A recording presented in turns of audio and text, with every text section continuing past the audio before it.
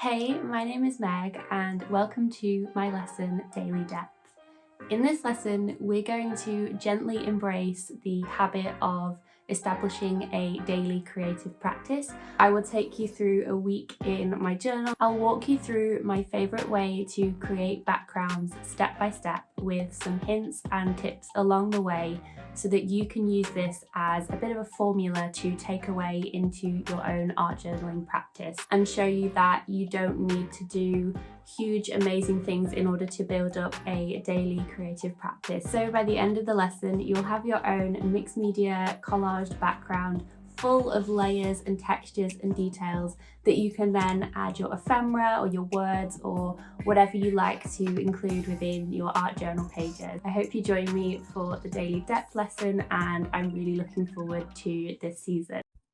Hi, I'm Amanda, and I'm an abstract artist from Vancouver, Canada. In this lesson, we're going to be focusing on how to get to work in order to develop consistency. We're going to look back on some old pieces that we've made in our art and think about how we can improve on them so that we can develop new pages and new strategies to make new art. The best way to develop consistency is to simply show up and to develop a growth mindset, to always remember that perfectionism is not what we are striving for. This lesson will talk about ways to improve on your art and how to overcome mistakes, and that nothing is ever truly final. This lesson is to help you reframe how you view your art in order to help you start, because a lot of the times we tend to not start because we're so scared of perfection. So, hopefully, this lesson will teach you to reframe how you see your artistic practice and develop ways in order to overcome perfection.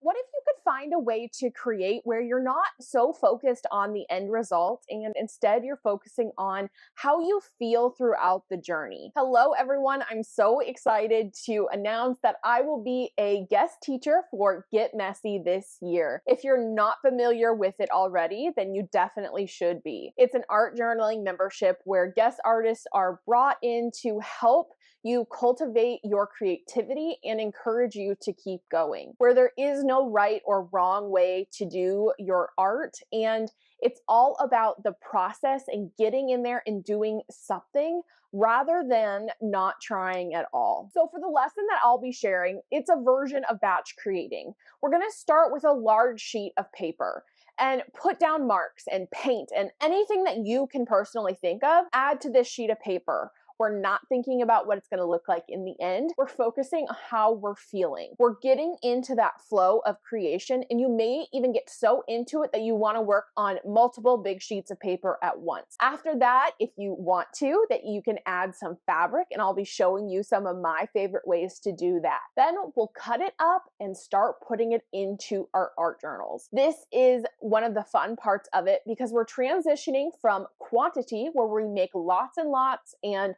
we don't have to think about it too much, to quality. So we're achieving that quality through quantity. It's a really fun and cool concept, and one that I really cherish in my own art practice.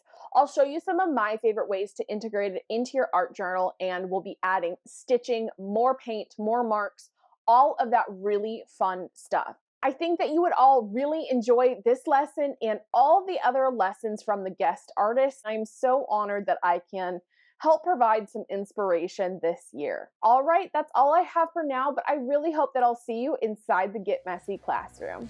Have a good one.